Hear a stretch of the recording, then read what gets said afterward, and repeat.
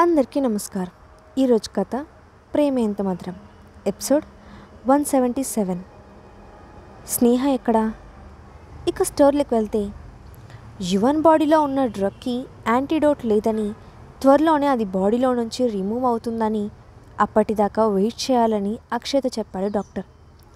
అతని మాటలు విని అక్షయ్ ఏం మాట్లాడకపోవడంతో అక్షయ్కి కోపం వచ్చిందని అర్థం చేసుకున్న డాక్టర్, సారీ సార్, నా ప్రయత్నం నేను చేశాను, కానీ ఏం చేయలేకపోయాను అని చెప్పాడు.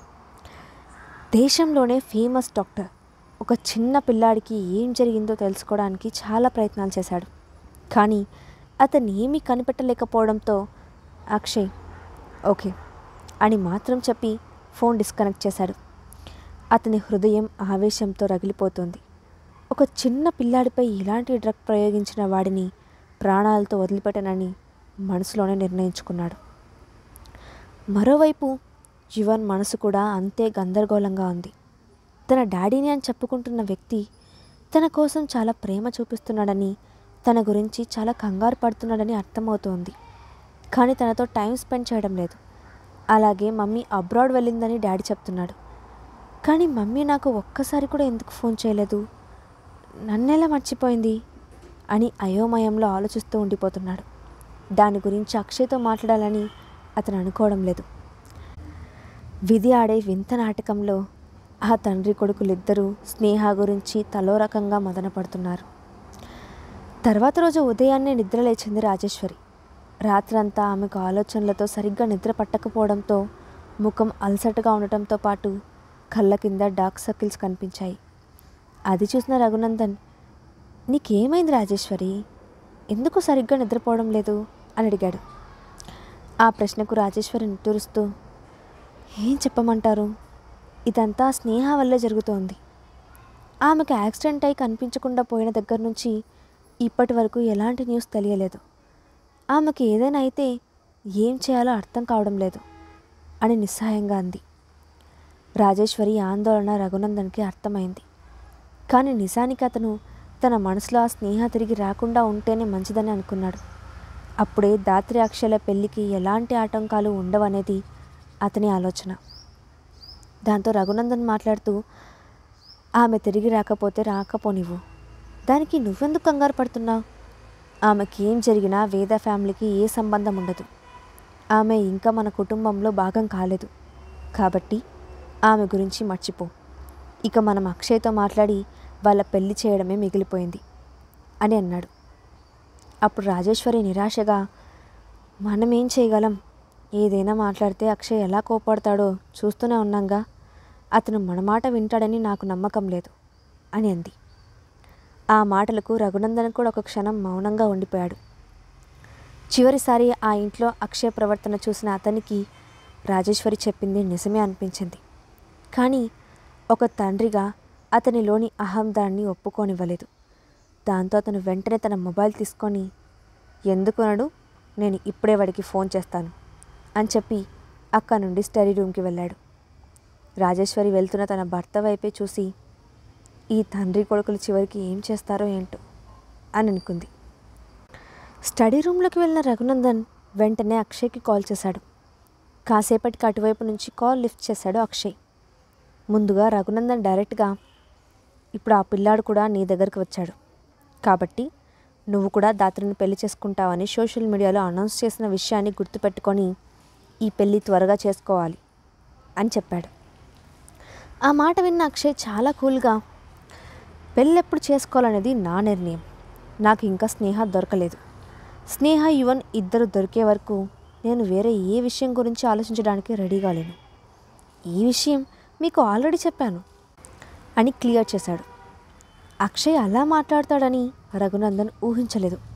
దాంతో అతను ఆవేశంగా, అంటే నీ ఉద్దేశం ఏంటి? ఆమె తానంతట తానుగా ఇక్కడి నుంచి పారిపోయి ఆ పరిస్థితి తెచ్చుకుంది. అలాంటప్పుడు ఆమెకు మనకు ఏంటి సంబంధం అని అడిగాడు. అప్పుడు అక్షయ్, చూడండి డాడీ, నేను మళ్ళీ మళ్ళీ మీతో ఇదే విషయం గురించి వాదించాలనుకోవడం లేదు. నేను పెళ్ళెప్పుడు చేసుకోవాలనేది నా డెసిషన్, దానిపై చివరి అభిప్రాయం నాదే అవుతుంది అని చెప్పి వెంటనే ఫోన్ కట్ చేశాడు. తన తండ్రి కోపాన్ని అతను ఏమాత్రం లెక్క చేయలేదు. ఫోన్ పెట్టేసిన అక్షయ్ విసుగ్గా ఫోన్ను సోఫాలోకి విసిరేసి, వీళ్ళకి కొంచెం కూడా మనస్సాక్షి ఉండడం లేదు. ఒకవైపు స్నేహ కనిపించడం లేదు, ఈ టైంలో పెళ్ళి అని గోల పెడుతున్నారు అని విసుక్కుంటూ, అసలు స్నేహ ఎక్కడుంది? ఇన్ని రోజులైనా ఆమె గురించి ఎలాంటి న్యూస్ ఎందుకు తెలియడం లేదు? స్నేహకు ఏం కాలేదని, ఆమె బ్రతికే ఉందని నా మనసు చెప్తోంది. ఆమె తనను తాను రక్షించుకోవడంతో పాటు తన కడుపులో ఉన్న నా బిడ్డను కూడా రక్షిస్తుంది. ఆ నమ్మకం నాకుంది అని అనుకున్నాడు. నిజానికి ఆ రోజు రాత్రి కార్ యాక్సిడెంట్ అయిన తర్వాత స్నేహ రోడ్డు పక్కనే ఉన్న పొదల్లో నుండి దొర్లుకుంటూ కింద ఉన్న చిన్న అడవిలోకి పడిపోయింది. వేగంగా దొర్లుకుంటూ వెళ్ళిన ఆమె ఒక చెట్టును తట్టుకొని అక్కడే ఆగిపోయింది. మెల్లగా కళ్ళు తెరిచి తన ప్రాణాలను కాపాడుకోవడానికి ప్రయత్నిస్తూ వెంటనే తన చేతిని తన పొట్టపై పెట్టుకుంది. తన కడుపులో ఉన్న బిడ్డను ఎలాగైనా కాపాడుకోవాలని ఆమె మనసులో గట్టిగా కోరుకుంది. కానీ ఆమె శరీరం ఆమెకు ఏమాత్రం సహకరించడం లేదు. శరీరంపై స్కిన్ చీరుకుపోయి గాయాలతో భయంకరంగా కనిపిస్తూ ఆమెకు విపరీతమైన నొప్పిని కలిగిస్తోంది. ఆ నొప్పిని తట్టుకోలేనట్లుగా ఆమె మెల్లగా అపస్మారక స్థితిలోకి వెళ్ళిపోయింది. అలా ఎంతసేపు ఆ స్థితిలో ఉందో తెలియదు. ఆ తర్వాత రోజు ఒక ముసలి జంట అటుగా నడుస్తూ ఒకరితో ఒకరు మాట్లాడుకుంటూ వస్తున్నారు. ఇప్పటికే చీకటి పడిపోయింది, మనం త్వరగా అడవి దాటి బయటకు వెళ్ళాలి, లేదంటే ప్రమాదం అంది ఆ జంటలో ఉన్న ముసలమ్మ జయమ్మ. ఆమె మాట విని ఆమె పక్కనే ఉన్న ఆమె భర్త రామయ్య, నిజమే జయమ్మ, కానీ ఈరోజు కొన్ని మూలికలే దొరికినాయి, ఇంత పొద్దుపోతుందని నేను కూడా అనుకోకపోయే అని అన్నాడు. పొద్దు చాలా తొందరగా గడిచిపోతుంది, మనం కూడా వయసు మళ్ళిన వాళ్ళమైపోయామని గుర్తుపెట్టుకొని కొంచెం తొందరపడాలి అని అంది జయమ్మ. ఆ మాటకు ఆమె భర్త చిన్నగా నవ్వాడు. ఇంతలో దూరంగా చూసిన అతనికి స్పృహలో లేకుండా పడి ఉన్న స్నేహ కనిపించింది. దాంతో అతను కంగారుగా, జయమ్మ ఒకసారి చూడు, ఎవరో పడి ఉన్నారు, పద ఆమెకు ఎలా ఉందో చూద్దాం అంటూ వడివడిగా నడుచుకుంటూ స్నేహ వైపు వెళ్ళారు. అతని భార్య జయమ్మ కూడా ఆతృతగా అతని వెనకే వెళ్ళింది. అక్కడ వాళ్ళకి గాయాలతో పడి ఉన్న స్నేహ కనిపించడంతో వాళ్ళిద్దరూ కంగారు పడిపోయారు. అప్పుడు జయమ్మ ఆందోళనగా, అయ్యో ఆడపిల్ల, ఎప్పుడు పడిపోయిందో ఏంటో అంటూ ఆమెని తెరిపార చూసింది. ఆమె పొట్టభాగం కనిపించినట్లుగా కొంచెం ఎత్తుగా ఉంది. దాంతో అనుభవజ్ఞురాలైన జయమ్మ వెంటనే ఆమె గర్భవతి అని ఊహించింది.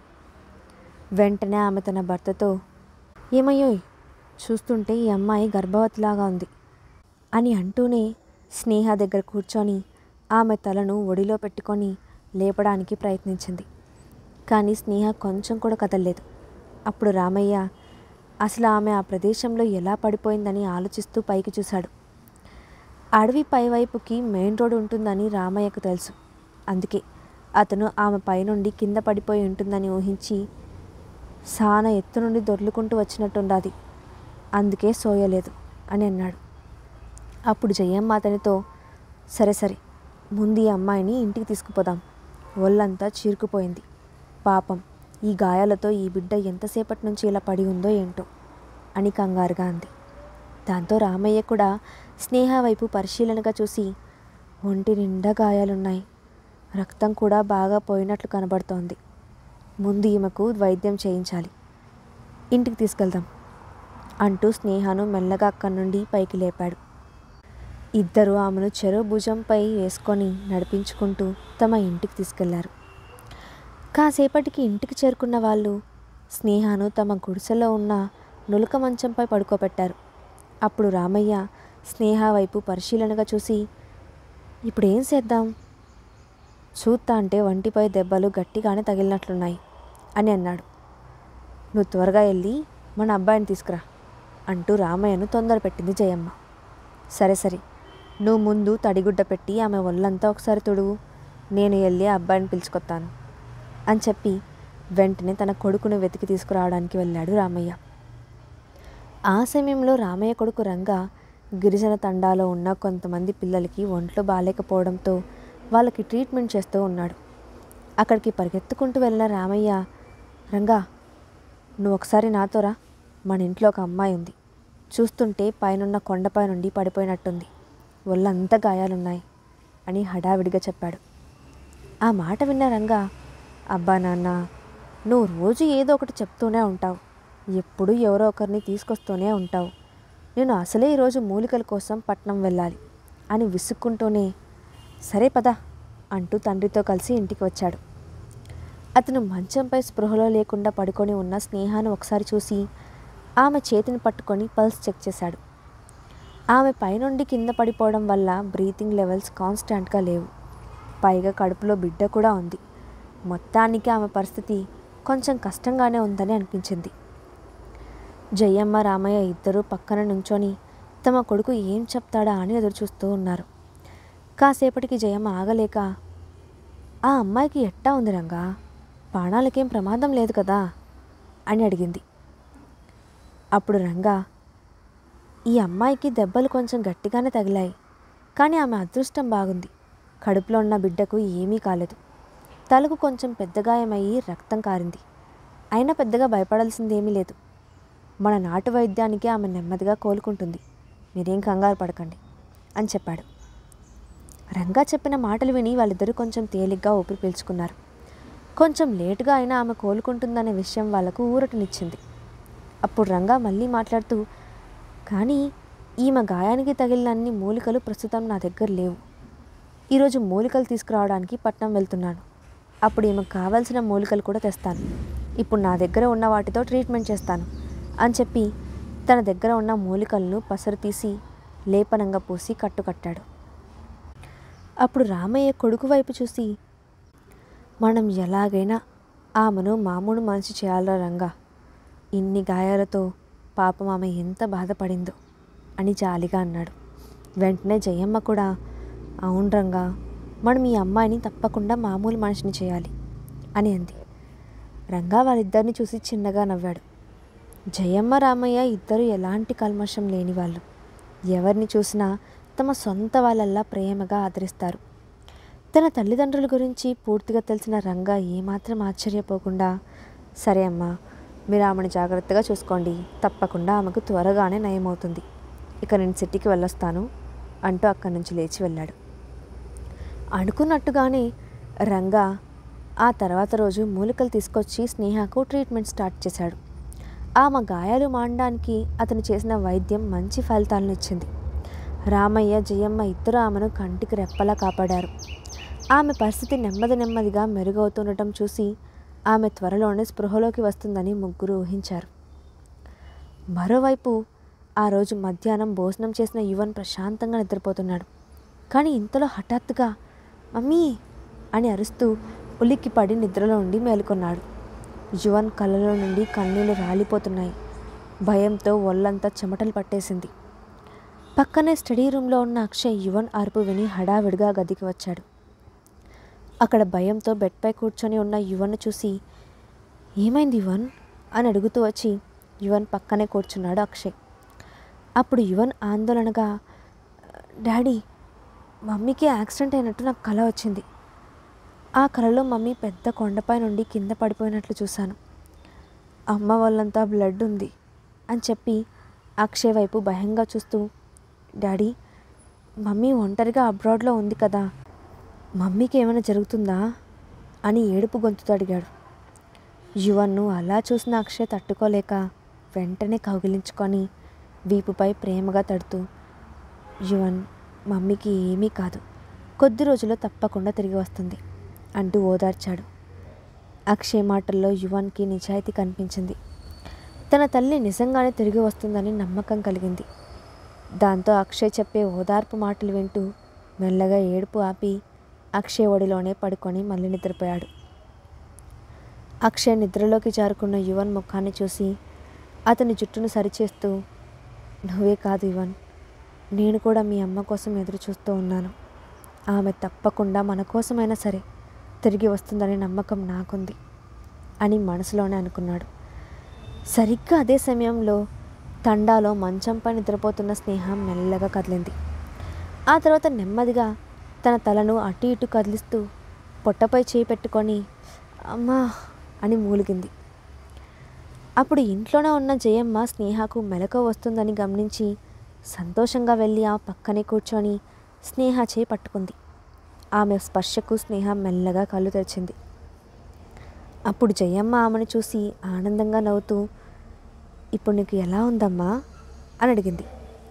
స్నేహ ఆమె ప్రశ్నకు సమాధానం చెప్పకుండా ఆమెను విచిత్రంగా చూస్తూ కంగారుగా తన తలను ఇటు తిప్పి పరిసరాలను చూసి నెమ్మదిగా, నేను నేను ఎక్కడున్నాను అని అడిగింది.